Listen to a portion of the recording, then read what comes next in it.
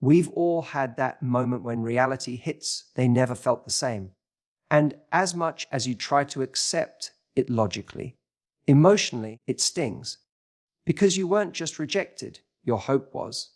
But here's the true thing you can heal. You will heal. And today, I want to walk you through how.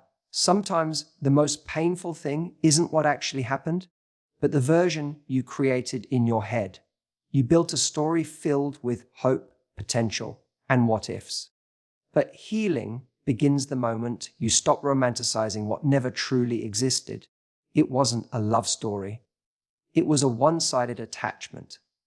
The more you cling to the fantasy of what could have been, the longer you stay stuck. Letting go means facing the truth with honesty, not bitterness. They didn't love you back, and that hurts, but you are not meant to chase love where it doesn't live. You're allowed to grieve, and you should. Feel the sadness, the confusion, the disappointment. Let those emotions run through you without shame. But grief needs boundaries. If you let it take permanent space in your life, it begins to steal your present. Has been. Recognize that your worth wasn't measured by their inability to love you. Just because they didn't see your value doesn't mean it wasn't there. Their rejection was about their limitations, not your lack of beauty, heart, or depth. It's time to stop asking why you weren't enough and start realizing they simply weren't capable of giving you what you deserved. Take back your emotional energy. All the time you spent analyzing messages, overthinking, waiting for their attention. It's time to call it back. Use it to build your own joy. Reinvest in yourself, your passions, your growth. Begin to ask what you were really craving from them. Was it love, validation, belonging? Then learn how to give that to yourself. Start moving again. Healing doesn't come from waiting for time to do the job. It comes from creating new movement, new experiences, new meaning. The more you build a life that excites you, the less power the past will have over you. Above all, leave room in your heart for the love that matches your own. Don't fill the silence with distractions or false hopes. The space you're in now may feel empty, but it's also clean, open, and ready. One day, someone will meet you with the same energy, care, and effort you bring. You won't need to chase or convince. Until then, let this heartbreak remind you of your strength, not your lack. You weren't rejected. You were protected from a future that didn't honor you. And that's the beginning of real healing. Apology has been. When someone you cared for doesn't love you back, it creates an emotional wound that's hard to describe. The instinct is often to suppress it, to act as if it didn't matter, but the truth is, pain demands to be felt. Ignoring it won't make it disappear. It only buries it deeper. Give yourself permission to feel what's real. If you need to cry, cry. If you're angry, feel that too. Let the silence say what words can't. There's no shame in grieving something that meant a lot to you, even if it only existed in your heart. But while grief deserves space, it also needs boundaries. There comes a point where reliving the pain becomes a habit rather than a healing process. You have to decide that this heartbreak won't define the rest of your story. Set a gentle but firm line with yourself. Feel the pain, but don't let it consume your days, your thoughts, your future. Grief is a visitor, not a roommate. It's meant to pass through, not take over your life. Apology has been. Choosing to move forward isn't the same as pretending it didn't hurt. It's simply choosing yourself over the weight of someone else's absence. Apology has been. Part of movement is realizing one else's lack of love doesn't reflect your worth. Just because they didn't see your value doesn't mean you're any less valuable. People love from the capacity they have, has been, and sometimes their emotional limits have nothing to do with you. You weren't too much or not enough. They simply weren't capable of giving you the love you hoped for. That's a reflection of them, not of your potential to be loved. The healing starts when you stop trying to make their silence mean something about you. From this place of honesty and strength, you begin to take your power back. You stop waiting for them to show up differently, and instead, you show up differently for yourself. You create new meaning out of the pain. You start moving again, mentally, emotionally, even physically. And each step forward, no matter how small, becomes a reminder you are not broken.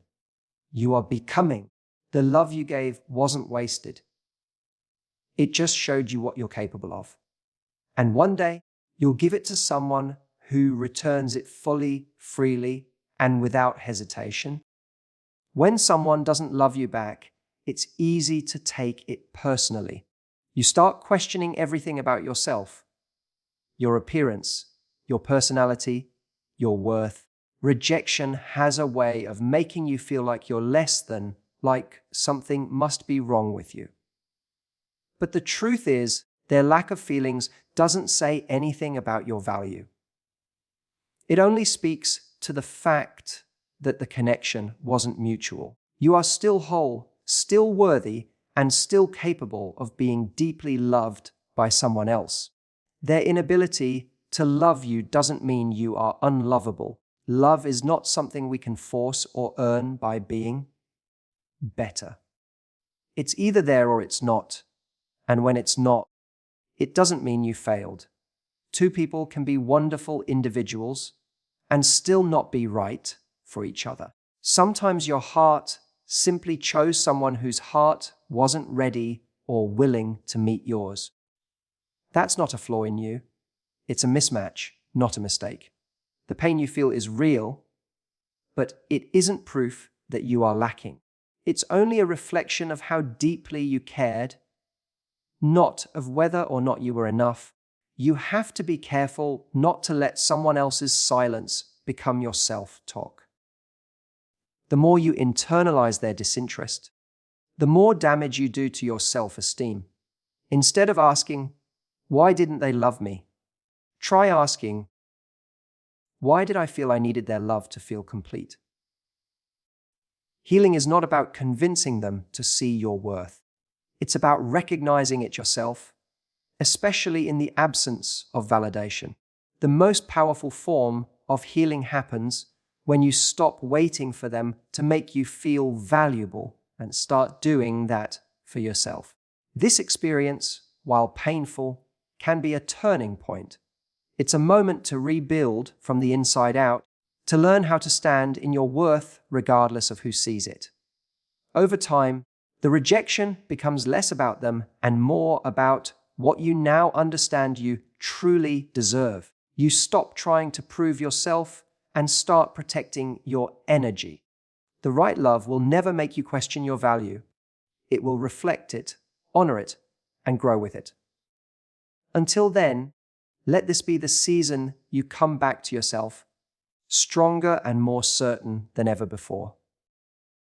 When someone doesn't love you back, it can feel like your entire world has been centered around them. Your thoughts, your hopes, your emotional energy. You spend hours analyzing their messages, wondering if a certain look or phrase meant something more. You replay conversations in your head, trying to spot the moment things went wrong. It becomes exhausting, yet you keep doing it because some part of you is still hoping, still holding on to the idea that maybe, just maybe, they'll realize what they missed. But that energy you're giving away so freely is the very thing you now need to protect. You have to consciously take that energy back. Every time you check their social media, read old messages, or fantasize about a future that won't exist, you are draining your own power. That energy belongs to you now. It's time to reinvest it, not into them, not into the story you wished for, but into yourself. Use it to heal, to grow, to explore what brings you joy without their presence. The space they occupied in your heart is now yours to fill with things that nurture you, whether it's a creative project, meaningful connections, or new experiences that remind you who you are beyond that unreturned love. Reclaiming your energy is an act of self-respect. It means setting boundaries with your thoughts and actions. It means catching yourself when your mind drifts back to them and gently redirecting that focus. It might feel uncomfortable at first, like you're abandoning something important. But what you're actually doing is choosing yourself. You are shifting from waiting to living, from longing to becoming. And in that shift, you'll find a quiet kind of freedom. The kind that no one else can give you, because it comes from within. With time, you begin to notice the difference. You start to feel lighter. Your mind becomes clearer. You stop wondering what they're doing and start asking yourself what you want next. The love you were so ready to give them, you start offering to yourself through care, patience, and intention. That's how healing begins. Not when they finally see your worth, but when you do. And once you've reclaimed your energy, you'll never give it away so carelessly again. You'll protect it, because you'll know how much it's worth. When someone doesn't love you back, the pain can feel overwhelming. But what often hurts most isn't just the loss of the person.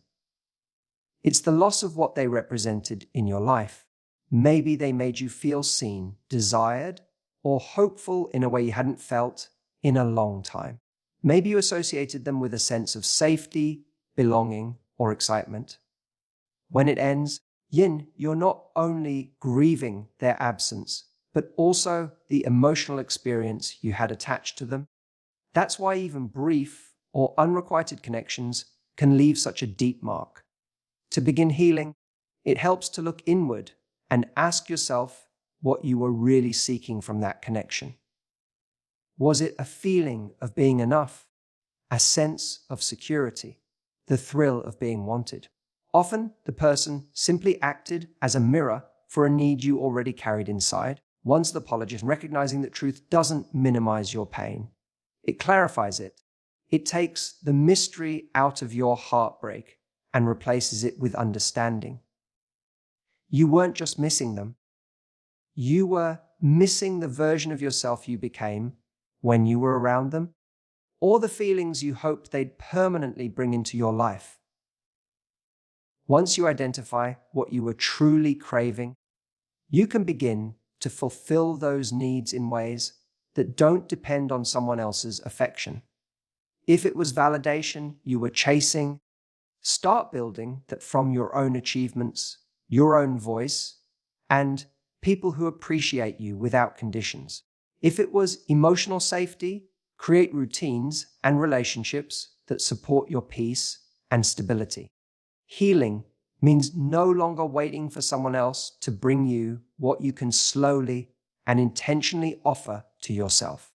It's about recognizing that what you wanted wasn't wrong. It was just misplaced. This shift doesn't happen overnight, but it changes everything. You stop seeing that person as the only source of something beautiful, and instead begin to reconnect with your own ability to create beauty, connection, and purpose in your life. The more you meet your own needs, the less power that unreturned love holds over you. In time, you'll stop longing for them to come back, because you'll realize what you really needed was never theirs to give. It was yours all along. You just forgot where to look. One of the hardest parts of healing from unreturned love is cutting off the small things that keep the attachment alive. These are the habits that seem harmless at first, checking their social media, scrolling through old pictures, rereading past conversations. But they quietly reopen the wound. Each visit to their profile or each replay of a memory gives you a temporary emotional fix, a moment where it feels like they're still part of your life. But in truth, Those small actions keep you stuck in a cycle of false hope, making it harder to move on and reclaim your peace. The mind craves closure, and when we don't get it directly from the other person, we try to find it through fragments. We analyze their new posts, wonder about their likes and comments, search for clues that maybe they're thinking about us too.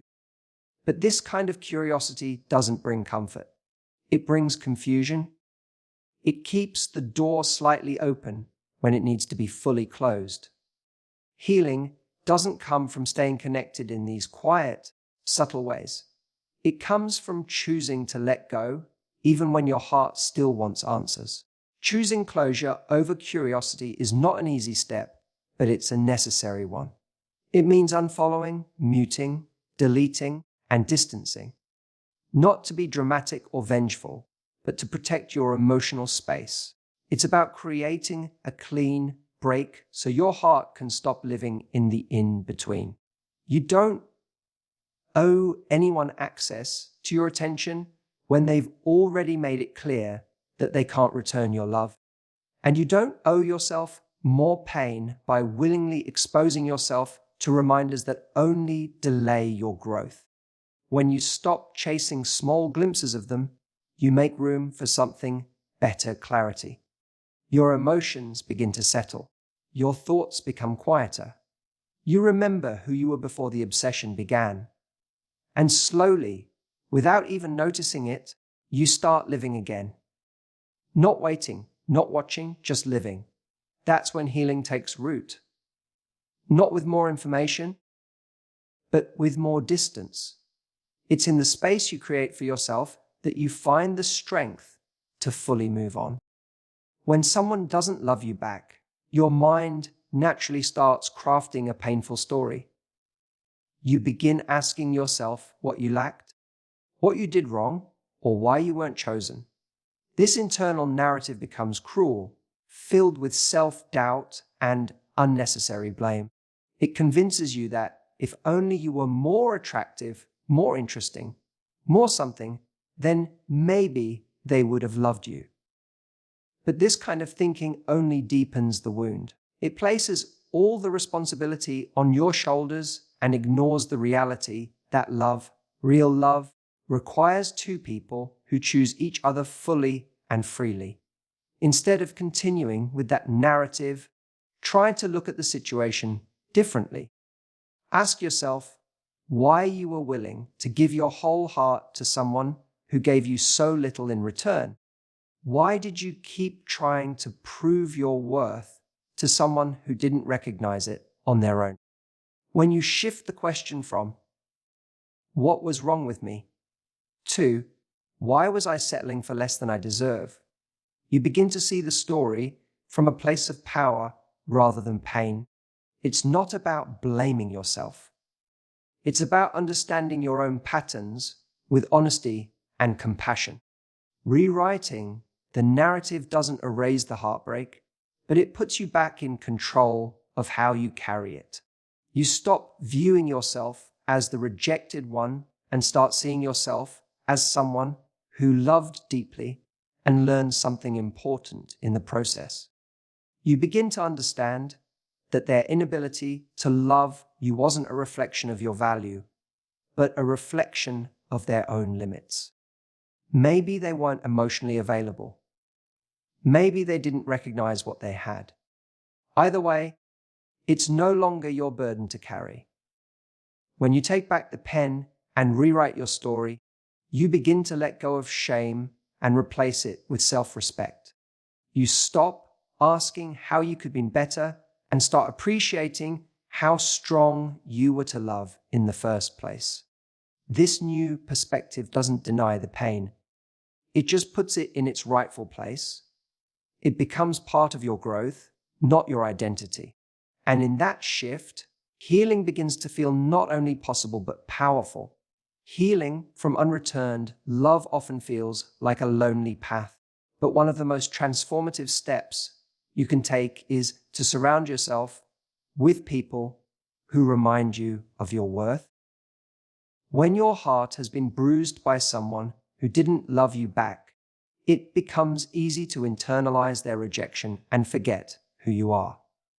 That's why the presence of supportive, uplifting people matters so much. You need to be around those who see you clearly, who speak to your strengths, and who value you not for what you can offer, but simply for being you. The right people act like mirrors, gently reflecting the parts of you that you may have forgotten. They remind you of your humor, your kindness, your talents, and your beauty, not in a forced or exaggerated way, but in small, authentic moments. A good conversation, a thoughtful compliment, or simply being listened to without judgment can slowly rebuild the parts of yourself, esteem that felt shaken. These people don't try to fix you or tell you to move on quickly. Instead, they sit with you, support you, and remind you that love isn't supposed to make you feel less than. It's important to distance yourself, even emotionally, from people who make you question your value. Whether it's the one who hurt you or others who dismiss your feelings, staying close to people who undermine your confidence only delays healing. You don't have to explain your pain to everyone. Some people won't understand it, and that's okay. Your energy is better spent with those who create safe emotional spaces, where you can be vulnerable without fear, and where your growth is celebrated, not compared or criticized. As you continue healing, these supportive connections will help guide you back to yourself. They won't fill the exact space that the person you loved once did, but they will help you create a new kind of wholeness, one that isn't dependent on romantic validation. You'll begin to feel lighter, more stable, and more seen. And eventually, you'll look back and realize that while one person didn't love you the way you wanted, many others did. And more importantly, you started to love yourself again too.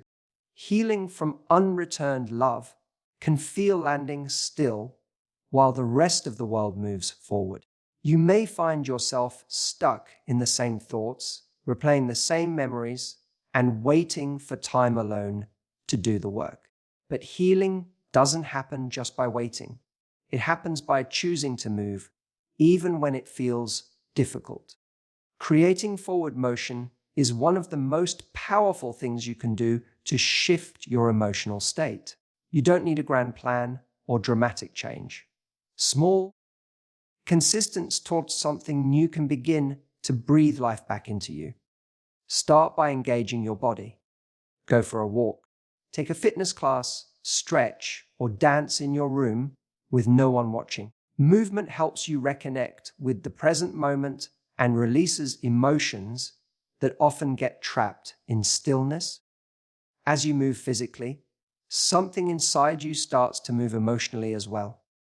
You begin to feel more grounded, more alive, and more capable of handling what's ahead. Your body leads your mind into a new rhythm, one that doesn't revolve around loss, but around possibility. Then explore something new. It could be learning a new skill, starting a creative project, volunteering, or even planning a short trip. When you pour your attention into fresh experiences, you naturally begin to loosen your grip on the past. Your focus shifts from what you've lost to what you're building. Apology has been. Every new thing you try becomes a reminder that life is still full of meaning once the apology has been. Full of things that have nothing to do with the person who didn't love you back. You realize there are still parts of yourself you haven't even discovered yet. The more you move, mentally, emotionally, and physically, the more space you create between you and the pain. You're not running away from it. You're choosing not to let it keep you stuck. Motion doesn't mean you've fully healed, but it means you're actively participating in your healing. It's a quiet but powerful way of telling yourself that your life didn't end with their absence. It's still unfolding, and now it's unfolding on your terms, With every step forward, you remind yourself that you were always meant to grow beyond this moment. When someone doesn't love you back, it often feels like a door has slammed shut, leaving you stranded in silence. But in reality, it's not the end of the road. It's a clearing. It's a moment where life gently removes what was never meant for you, so something better can take its place. It's easy to feel that emptiness is a problem that needs to be fixed. Like you must fill it quickly with distractions, someone new, or anything that numbs the ache. But healing asks you to do something different. It asks you to sit with that space and not rush to escape it. Letting the space stay empty for a while can be uncomfortable, but it's also where clarity lies. When you're no longer pouring your energy into someone who didn't return it, you begin to see what you truly need. You start to understand what kind of love feels good to your soul: steady, mutual, respectful. And that kind of love only finds you when you're no longer chasing people who can't give it. The stillness becomes a place of wisdom rather than loneliness, a space where you return to yourself and your standards. In that space, you begin to rebuild your relationship with yourself. You learn how to enjoy your own company again, how to listen to your needs, and how to protect your heart with care instead of walls. The more you connect with who you are without needing someone else to reflect it back to you, the stronger your foundation becomes. You no longer feel the need to prove your worth to anyone.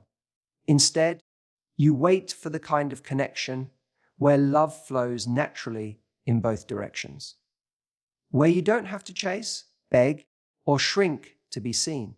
Eventually, the emptiness that once felt heavy begins to feel peaceful. You realize that being alone never meant being unloved. It just meant making space for the right kind of love.